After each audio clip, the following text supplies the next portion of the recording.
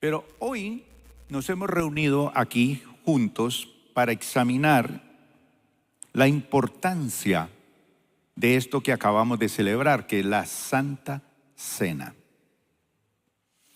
Pero la vamos a explorar desde una manera o desde una perspectiva totalmente diferente. La Santa Cena es un acto que ha sido practicado por la iglesia a lo largo de todos los siglos. Y la iglesia primitiva lo celebró. Al principio era una cena, pero después ya como que se fue desviando el propósito. Por eso Pablo tuvo que establecer algunos órdenes o reglas para que la gente tomara más en serio esto. Y Pablo va a explicar acerca de la Cena del Señor. Pero es un acto practicado por la iglesia porque Jesús, en la última cena, esa noche era su última cena, porque al otro día ya iba a ser tomado prisionero e iba a pasar por toda esa experiencia dura que tuvo que pasar y la cruz. Esa cena quedó instituida para que la iglesia la siguiera, o los grupos de cristianos los siguieran celebrando en memoria de algo. O sea, tenía que practicarse con un propósito, pero muchas veces lo practicamos y no sabemos por qué. Pero cuando sabemos, decimos, nunca dejaré de participar de la Cena del Señor. Aquí venía un hermano que era muy elegante, muy sofisticado, era un anciano. Y cuando llegaba este día de la cena, se ponía el mejor traje de ejecutivo, porque él fue ejecutivo toda la vida. Pero el día de hoy, si él estuviera aquí, era la persona mejor trajeada de todos los que estamos aquí, mejor vestido. Y yo le decía, bueno, ¿y por qué tanta elegancia? Decía, porque hoy tengo una cita especial con Dios. Hoy voy a tomar la Cena del Señor. Y me sorprendía eso. Y decía, cuando yo trabajé en una empresa muy prestigiosa como ejecutivo, tenía que hacer o practicar o celebrar reuniones de alta gerencia en mi compañía con personas muy importantes, y cuando eso sucedía, me tocaba ponerme el traje más especial para ese tipo de reuniones. Y si eso lo hacía ya en mi empresa, para unas citas, de esas citas, por ejemplo, él tenía que ver con todas las reinas de belleza de Colombia. Él era el que decía, sí la vamos a patrocinar. Sí, usted es bella. No, usted es fea. Entonces, él era el que daba el voto. Y obviamente era una reunión protocolaria muy importante. Entonces, se vestía muy elegante. Entonces, si él decía, sí, para eso yo tengo que ponerme tanta elegancia, ¿por qué no? Para una cita como en la Cena del Señor. Para él era muy importante. Él ya está en el cielo. Vamos a intentar profundizar en las Escrituras para entender mejor esto.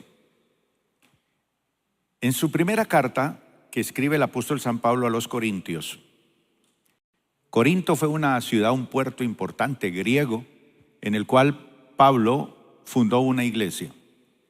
Y a ellos les escribe esta carta y les anima a mirar, a observar la Cena del Señor de una manera totalmente diferente. Y profundiza a través de este pasaje en los significados y alcances mucho más allá de la superficie, y nos permite tener una mirada totalmente diferente a la Santa Cena. Y esta perspectiva nos ayudará a apreciar aún más la profundidad de este acto de adoración y cómo podemos aplicarlo a nuestras vidas. Ahorita en la alabanza y en la adoración, mientras el director de la alabanza aquí estaba explicándonos acerca de la adoración y nos motivaba a la adoración, recordaba algo que compartí con los estudiantes de clase. Esta mañana estábamos en clase, en uno de los salones a nivel de privilegio. Si usted quiere recibir todas estas enseñanzas, pues conéctese en el punto I y ahí le van a dar toda la información para que reciba todo este material que produce la iglesia. Pero yo les explicaba a ellos acerca del corazón de la adoración, el centro. Y es que muchas veces nosotros somos parte de una iglesia y no alcanzamos a entender la dimensión de lo que la iglesia cree o hacia dónde apunta la iglesia. Pero para los que han pasado por el proceso aquí de formación de la iglesia, saben cuál es el primer punto de la visión. Cuando la iglesia estableció su visión, ¿para dónde apuntamos? ¿Qué queremos ser? Y dijimos, queremos ser una iglesia según el diseño de Dios. ¿Y cuál es el diseño de Dios? Bueno, el que busca.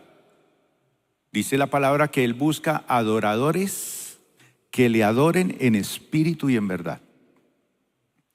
Y hoy en día que estamos viviendo ya la inteligencia artificial, es muy fácil poner a adorar con inteligencia artificial. Pero eso no sería en espíritu y en verdad. Sería una máquina haciéndolo. Y usted y yo no somos máquinas. Por eso nos enojamos, por eso nos molestamos, por eso. Pero la adoración es en espíritu y en verdad. Es una vivencia, es una experiencia de vida. Y en el último punto de lo que nosotros tenemos que hacer para lograr ser esto, decimos vivir para adorar. Y el corazón de la adoración, ¿cuál es? ¿Y qué es lo que queremos nosotros? No un grupo de personas fanáticas, religiosas, que creen que la adoración es cantar u orar o levantar las manos o estar de rodillas todo el tiempo. No, la adoración es un estilo de vida. Y el corazón de la adoración es Jesús. Él es el corazón de la adoración. Entonces, esta reunión que tenemos aquí y todo lo que hacemos aquí y lo que nos atrae aquí, el motivo central, la razón, es Él. Y esto tiene que ser como un estilo de vida. Entonces, ¿cómo manejo mis negocios? Los manejo porque soy adorador de Dios. Entonces, como adoro a Dios y Jesús es el centro de la adoración, todo lo que yo hago, cómo vivo, cómo organizo mi vida, cómo tomo las decisiones de mi vida, lo hago porque amo a Jesús y porque Jesús es el centro de la adoración. Y no lo hago por fanatismo. Y no lo hago porque me dicen que hay que hacerlo. ¿Por qué me bautizo? Porque amo al Señor. ¿Por qué tomo la cena del Señor? Porque lo amo a Él. ¿Por qué dejo la mentira, el robo? ¿Porque la Biblia lo dice? No, lo hago porque amo a Jesús. La ley en el Antiguo Testamento prohibía: no matarás, no robarás, no. Todo ha cambiado ahora. Por amor a Jesús, ya no hago esto, no hago esto. Por amor a Jesús. ¿Por qué barro la iglesia con la intensidad que la barro? Porque amo a mi Jesús. Entonces, cuando nosotros pensamos en la cena del Señor, es un acto de adoración. ¿Por qué lo hago? Porque Él es el centro. Ok. Ahora nos vamos a situar espacialmente como si usted estuviera de pie. Y en nuestra vida tenemos que hacer varias cosas. Dios nos ha dado unos ojos para ver, y en la vida uno muchas veces tiene que mirar hacia atrás, tiene que mirar hacia adelante, tiene que mirar hacia la derecha, hacia la izquierda. También tenemos que mirar para abajo. pero también tenemos que mirar hacia arriba. Entonces vamos a utilizar nuestra mirada para descubrir las perspectivas de este acto de adoración. Y la primera cosa que tenemos que hacer es lo que dice Pablo aquí en 1 Corintios capítulo 11, versículo 23 al 25. Leamos, miren la pantalla. Pues yo les transmito lo que recibí del Señor, dice Pablo. Yo lo recibí del Señor mismo. Fue Él el que me lo enseñó. La noche en que fue traicionado, una noche de traición, una noche difícil, una noche muy tremenda para Jesús. El Señor Jesús tomó pan y dio gracias a Dios por ese pan. Gracias por este pan.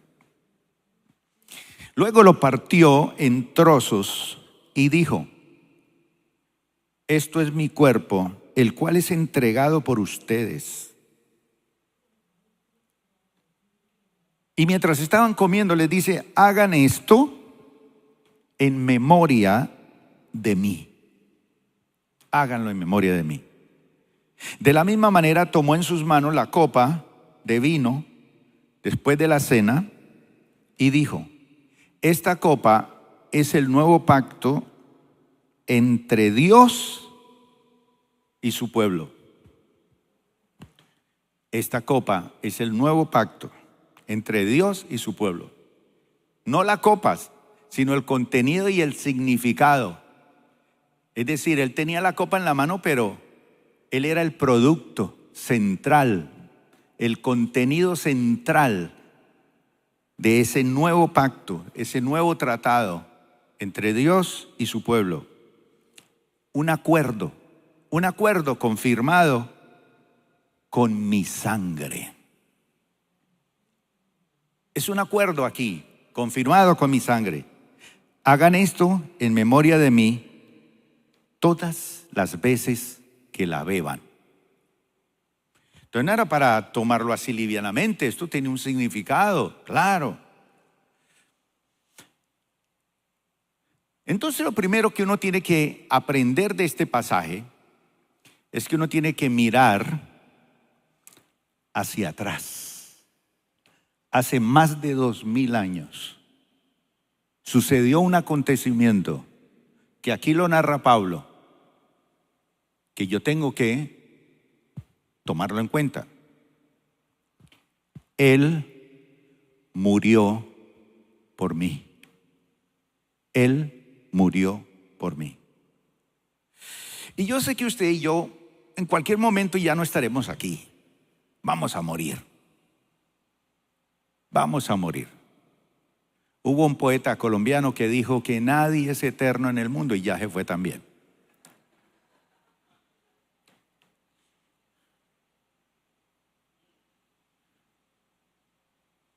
Pero la Santa Cena nos llama a mirar hacia atrás.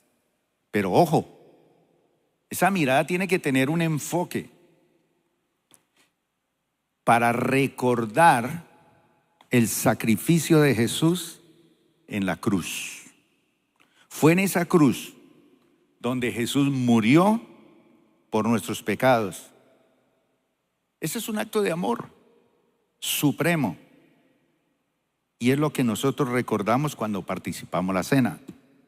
En esa cruz, verticalmente une el cielo con la tierra y horizontalmente nos une los unos a los otros. Porque el pecado nos dividió. El pecado hizo que dos hermanos de la misma familia, esa primera familia, se mataran, uno matara al otro. El pecado hizo que fueran expulsados del jardín, de esa comunión con Dios. El pecado trajo enfermedad, trajo muerte, trajo tristeza, trajo soledad.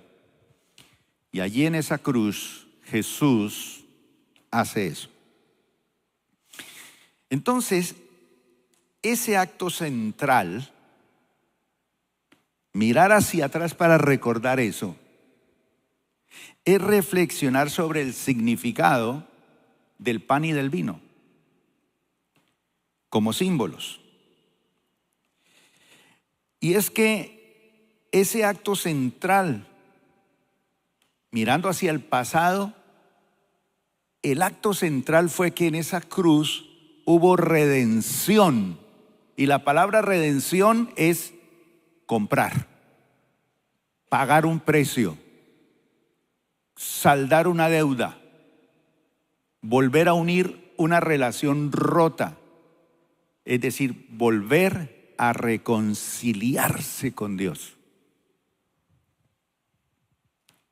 Y eso no era fácil, porque en el Antiguo Testamento todo lo que practicaron el pueblo de Dios, el sacerdocio judío y la cultura judía, dice el Nuevo Testamento que era sombras o sombra de lo que vendría después. Como que algo nos mostraba, pero no lo entendíamos bien. Entonces, en el Antiguo Testamento era necesario sacrificar un animalito. ¿Dónde nació eso y dónde surgió? Cuando Adán y Eva descubren que están desnudos, ellos sienten vergüenza, y la vergüenza es por el pecado.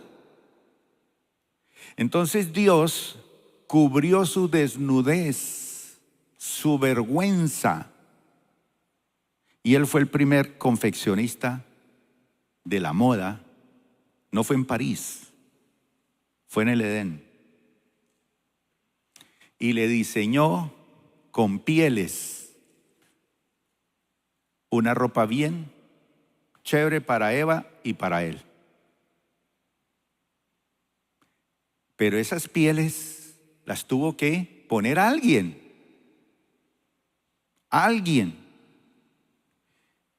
Y no es lo mismo comerse un chicharrón que comerse un huevito. Cuando una gallina pone un huevo, solamente da un huevito y sigue viva, pero el marrano, cuando da un chicharrón, tuvo que dar su vida.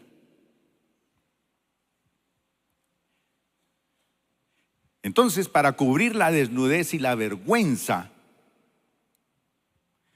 y opacar la culpa, fue necesario que un animalito muriera y sacarle su piel para cubrir la desnudez. Y ahí comenzó a cubrirse todo el mundo. Y ahí surgió la moda, la ropa. Y aquí los veo a ustedes muy elegantes, muy sofisticados, con ropa muy fina, colores exóticos como el verde aquí del Cali. Bueno.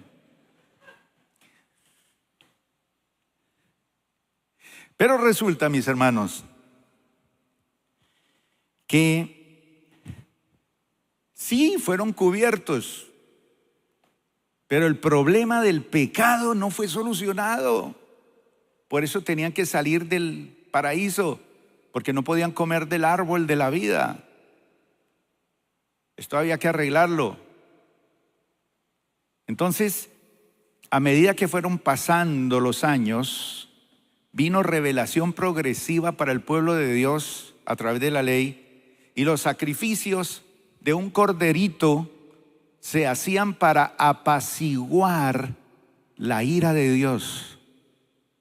Entonces, un animalito inocente moría para cubrir la vergüenza, y el sacerdote tenía que ofrecer sacrificio primero por su propia vida y luego por el pueblo, o si no, él se moría también.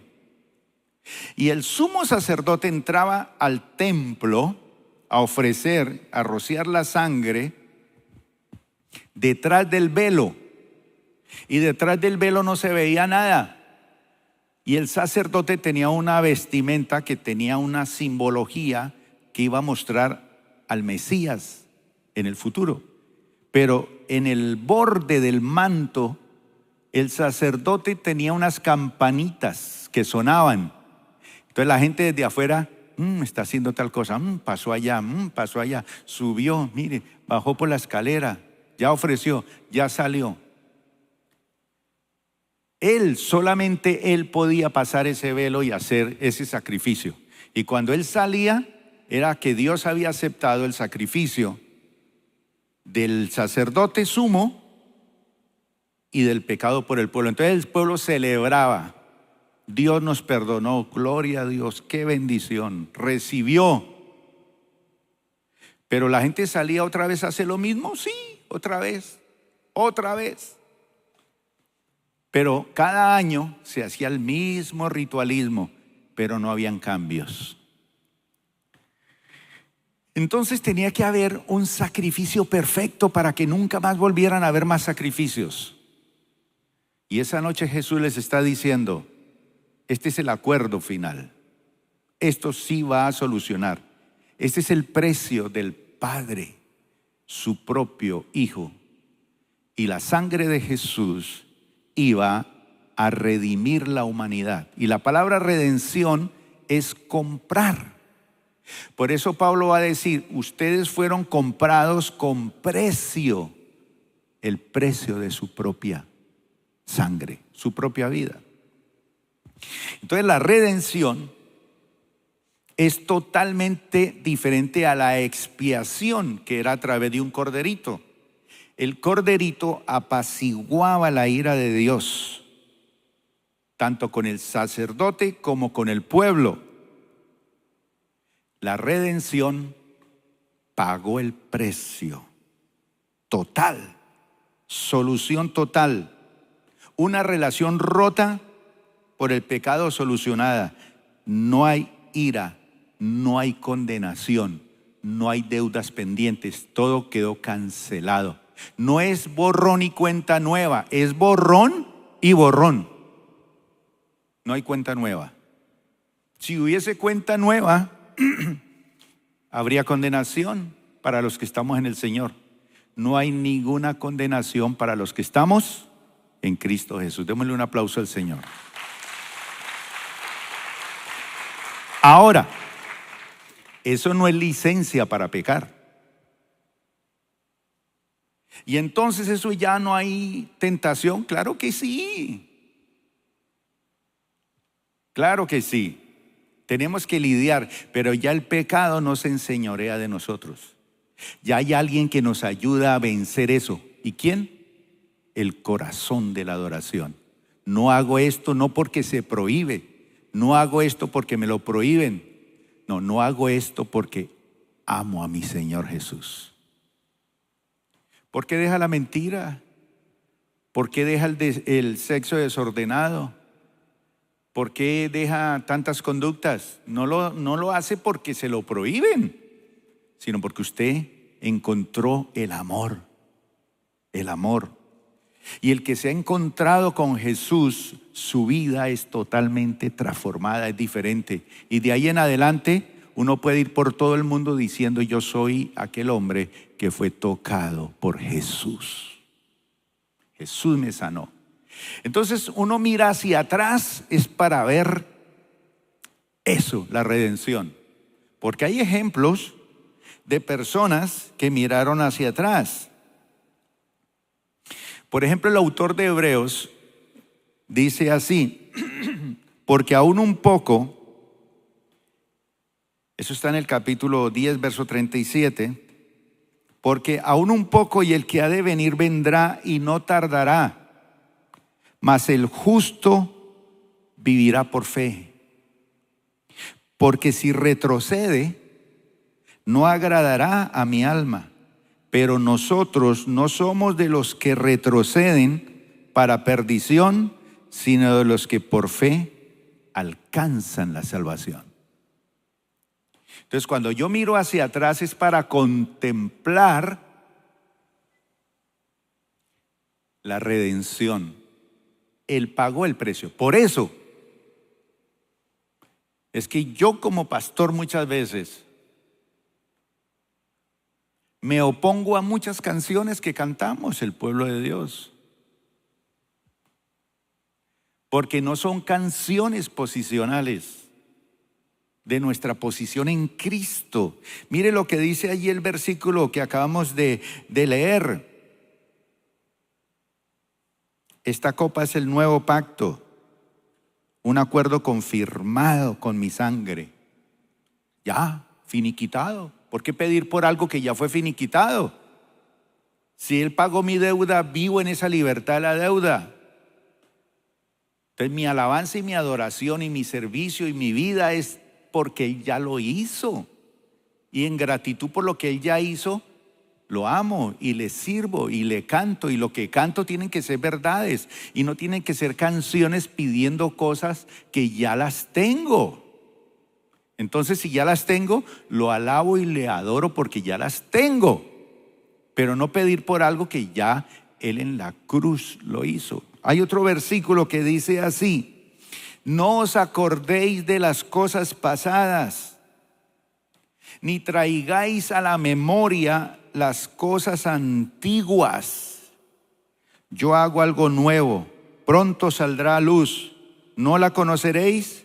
Otra vez abriré camino en el desierto y ríos en la tierra estéril. Entonces no hay que mirar hacia atrás para acordarse de las cosas pasadas. Yo sé que este es el laboratorio del diablo, la mente, y él nos bombardea diciendo: usted es una basura, usted es un pecador, usted es un mal padre, usted es un mal hijo, un mal abuelo, un mal esposo. ¿Y a quién le gusta que le digan la verdad aunque la sean? A nadie. Pero el Señor me redimió, me perdonó, me cambió, me transformó. Soy nueva criatura.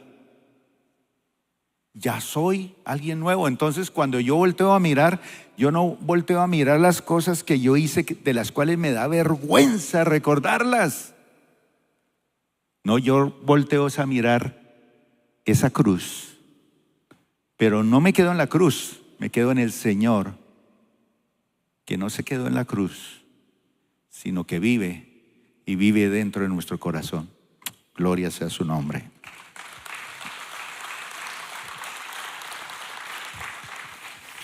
Por eso oramos, por eso adoramos. Una vez le preguntaron a una persona: ¿y usted qué gana con orar? ¿Y usted qué gana con celebrar la cena del Señor? ¿Y usted qué gana con cantar? ¿Qué gana con ir a esa iglesia? Y él respondió: nada. Yo no gano nada. Pero déjame decirte lo que he perdido. Y entonces, ¿cómo así? Cuando usted ora no gana nada. No, no gano nada. Pero cuando yo oro, miro hacia atrás y recuerdo lo que he perdido. Perdí la ira, perdí el ego, perdí la avaricia, perdí la depresión, perdí la inseguridad, perdí el miedo a la muerte. Eso es vivir para adorar a Dios.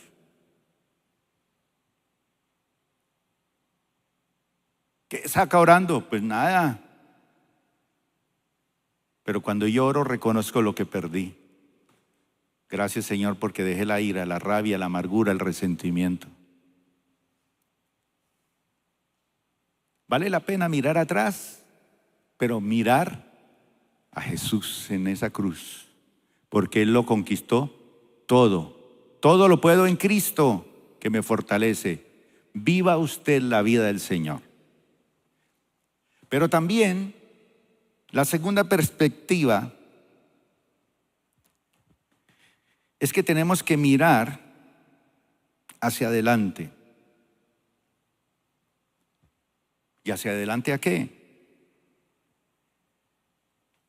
Mire, la palabra del Señor dice en el verso 26: pues cada vez que coman este pan y beban de esta copa, anuncian proclaman con trompetas la muerte del Señor, que Él murió para redimirlos. Sí, redención. Pero dice, ¿hasta cuándo? Digámoslo todos al tiempo. Hasta que Él vuelva. Eso es mirar hacia adelante. Él vuelve. Y vuelve pronto. No sabemos el día ni la hora. Por ahí yo vi un aviso en la autopista que decía que el arrebatamiento era ahorita en octubre. Yo no sé cómo supo.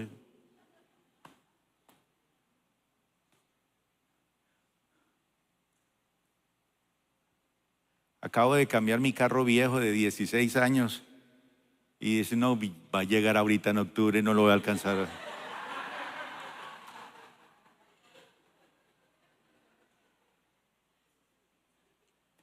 Entonces Pablo nos recuerda las palabras del Señor durante esta institución de la cena, hasta que Él vuelva. Y esa conexión es importante, mi hermano.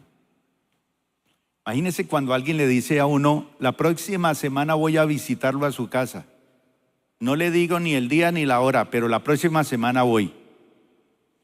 ¿Cómo queda uno? Esperando. Uno sabe que es una buena visita. Cuando la suegra le dice eso a uno, pues ya es diferente, pero hay otras personas que le dicen a uno, yo voy la próxima semana. Y uno dice, y cuando la ve, está uno a la expectativa. ¿Cuándo llega? ¿Cuándo llega? ¿Cuándo? Para atenderlo, para recibirlo, para disfrutar. Mi hermano, Jesús vuelve y vuelve pronto. Y vivir con esa perspectiva del futuro nos llama a qué. Si yo me voy a encontrar con Él, Él me va a pedir cuentas de mi mayordomía, de los recursos que Él me dio, de la vida que Él me dio, de la esposa y el esposo y los hijos que Él me dio, de la economía que Él me dio, de la salud que Él me dio, de la vida que Él me dio. Entonces, yo soy mayordomo también de mi servicio, de lo que yo hice por otros. Y yo sé que hay algunas personas aquí que les han quitado esa perspectiva del futuro que el Señor vuelve. Y eso es como quitarle las alas. Y hay una famosa frase que dice, ¿cómo pretendes volar si no te alejas de los que te arrancan las plumas? Hay gente a nuestro lado tóxica, venenosa, amargada y resentida, que se la pasa es quitándole las plumas a uno, pues cuando va a volar.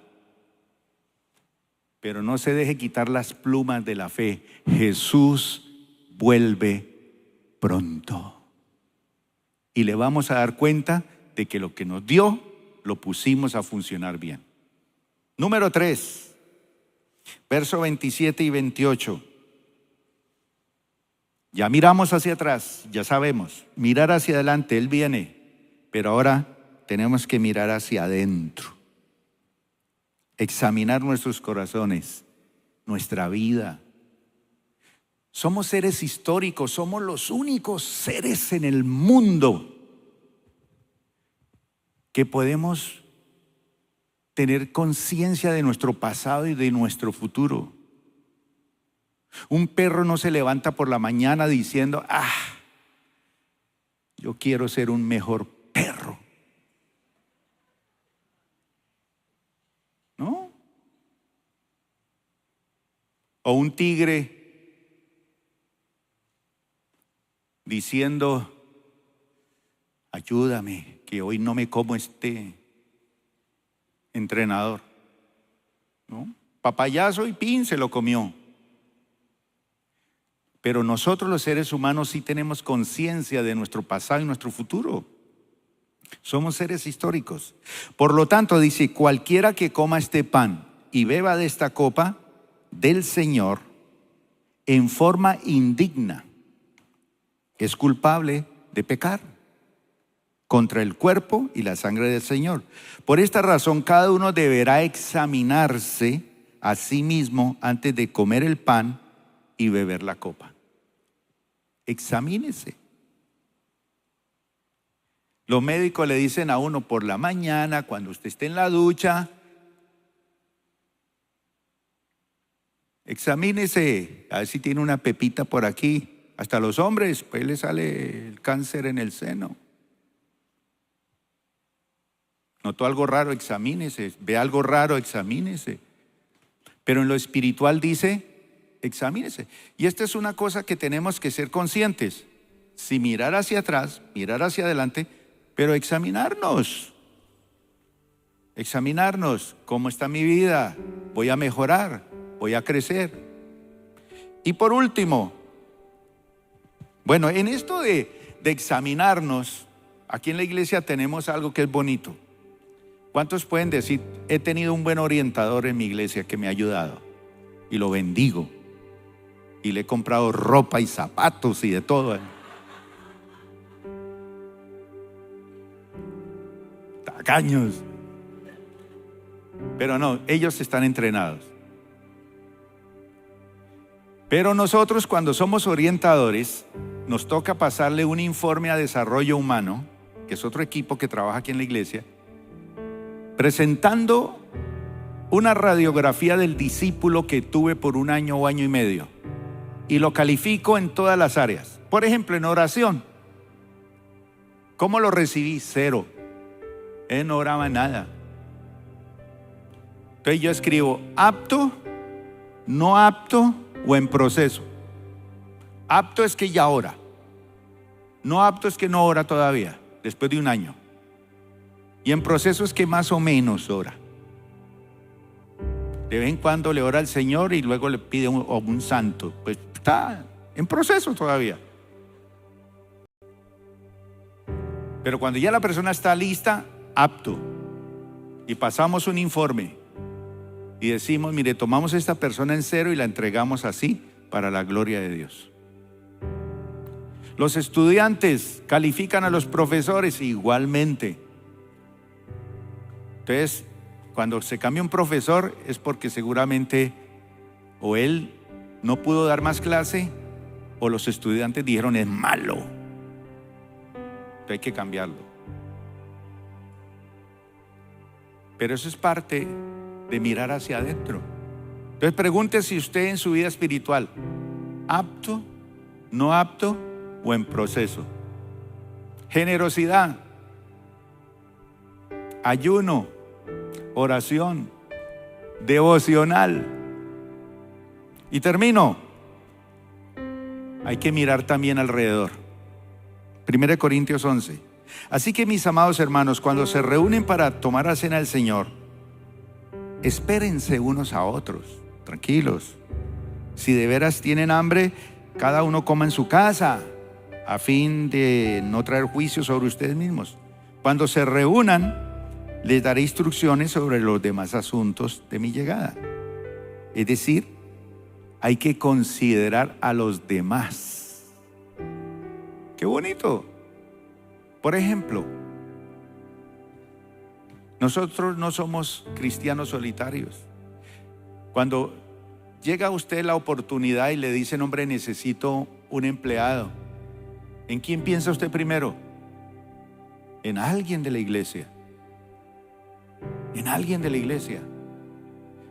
Va a cambiar sus muebles, si sus muebles están buenos, piense en alguien de la iglesia. Va a cambiar algo, piense en la familia de Dios. Aprende a vivir en comunidad con sus hermanos, a tener amigos cristianos en la iglesia. Eso es muy, muy bonito. Yo sé que una de las cosas que hemos aprendido como cristianos, y es algo bonito que sucede aquí en la iglesia, una cosa bonita que ustedes tienen es que ustedes no hablan mal de nadie. Aquí no hay chisme.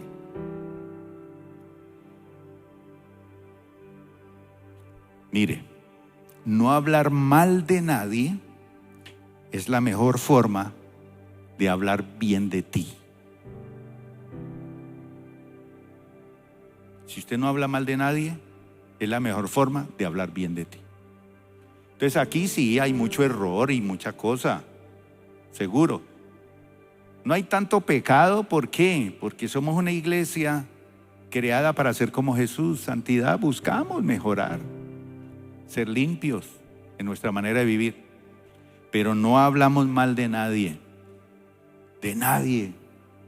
y esa es la mejor forma de hablar bien de ti mismo. Si usted quiere que hablen bien de usted, no hable mal de nadie. Como dicen en Cali, deje el bochinche, hombre, deje el bochinche.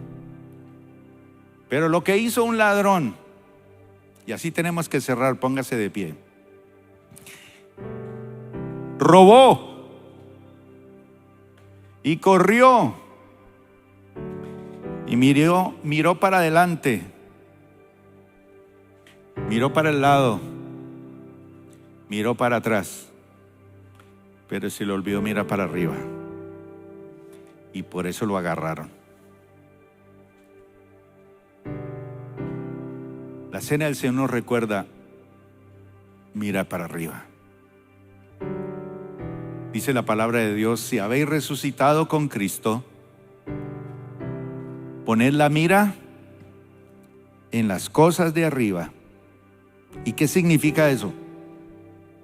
Que todo lo que usted haga, consiga, progrese, su bendición familiar, todo, ver sus hijitos sanos, ver su esposa bien, su esposo bien, su hogar bien, es porque todo lo que usted hace, lo hace para la gloria de Dios. Dice la palabra, en Él vivimos y somos y nos movemos. ¿Qué es eso de mirar hacia arriba? Es darle espacio para que el reino entre a nuestra vida. Nos incomode al principio, pero luego cuando nos acomodamos a los principios del reino, viene la bendición económica, viene la bendición familiar. Poner a Dios en primer lugar es la solución para todos los males. Vamos a orar.